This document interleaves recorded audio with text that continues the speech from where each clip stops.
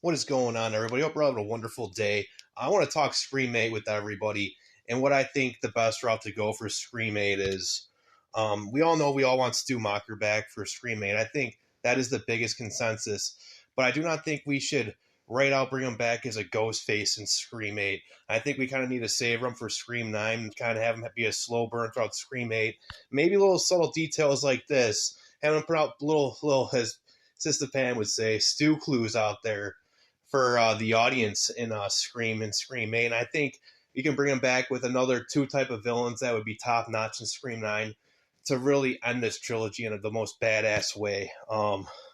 So cool. But I think having Leslie Mocker in Scream 8 would be the best route to go. And I think the best setting in Scream 8 would be Tatum going on spring break because we don't want to be on another college campus in Scream 8. We can show that Tatum is still in college, out with their friends on spring break. Today's the last day for spring break for most of us.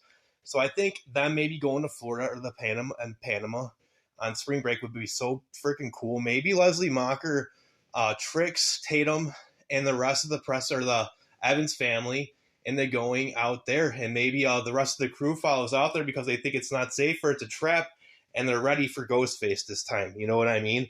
But I think either casting Jennifer Aniston or Reese Witherspoon as Leslie Mocker, you cast them both as relatives of Stu Macher in the Scream franchise would be the most dope thing ever. I think these two, they're both, Jennifer Aniston's older than Stu Macher, so it fits in.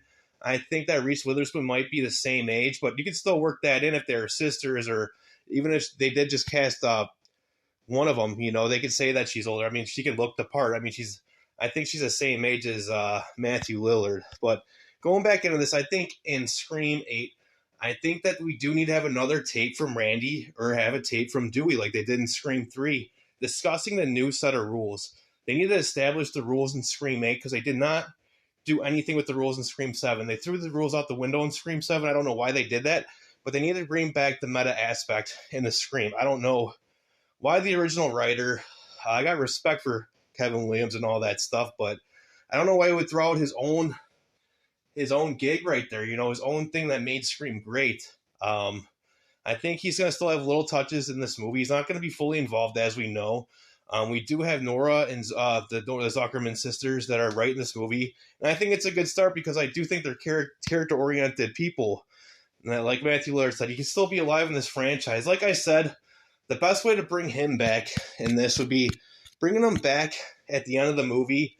Maybe we finally know he's back. Maybe they're dropping the stew clues throughout the movie, and at the end of the movie or a post-credit scene, they have him revealed that he's back in the franchise, and he's on a phone call with either Jill Roberts or maybe Roman Bridger's son or daughter, or maybe the twin of Sam Carpenter, Billy Loomis, or a Billy Bridger character named after Billy Loomis. Maybe Roman Bridger and Leslie Mocker had his son, a forbidden love in the Scream franchise, as I would say.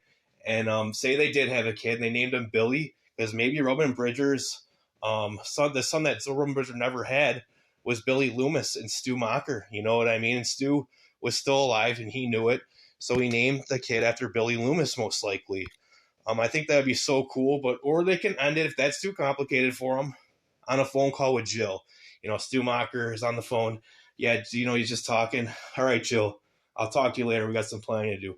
Click. How cool would that be for setting up Scream 9, and how amped would everybody be for that? But I think Scream 8 really has to lean into the Mocker family and get Leslie Mocker out there getting revenge for her son Vince. Jennifer Aniston or Reese Witherspoon, they need to get a good actress for this.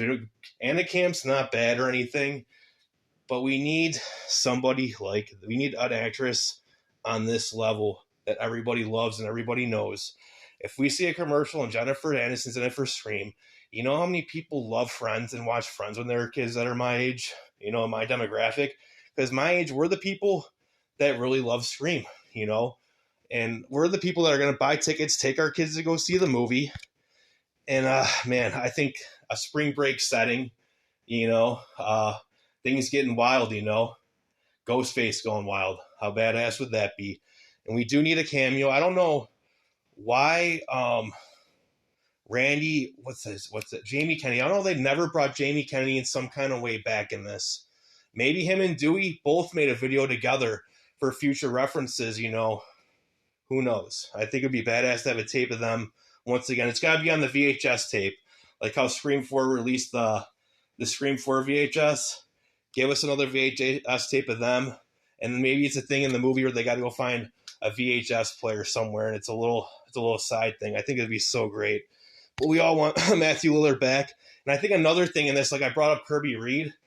Maybe Kirby Reed tracks them down on spring break because she has insider info because she specializes in Ghostface attacks. And maybe that means that maybe Kirby Reed can have a spin-off series. That'd be so badass on Paramount Plus, where she's out there hunting Ghostfaces and Stu is in that and she knows he's alive. Maybe she's getting insider information that Stu's alive and that maybe she knows that Leslie Mocker planned them to go to spring break. Maybe they went on a radio station and it was rigged, or it was rigged in some kind of way. They got an email that they went out, and went on spring break, and all the other crew, Mason Gooding and all of them, you know what I mean? Maybe they all knew, or Chad and Mindy Meeks, maybe they all get together and they know that Ghostface is going to strike. So they all go with them, I think that'd be a great change of pace instead of going back to college.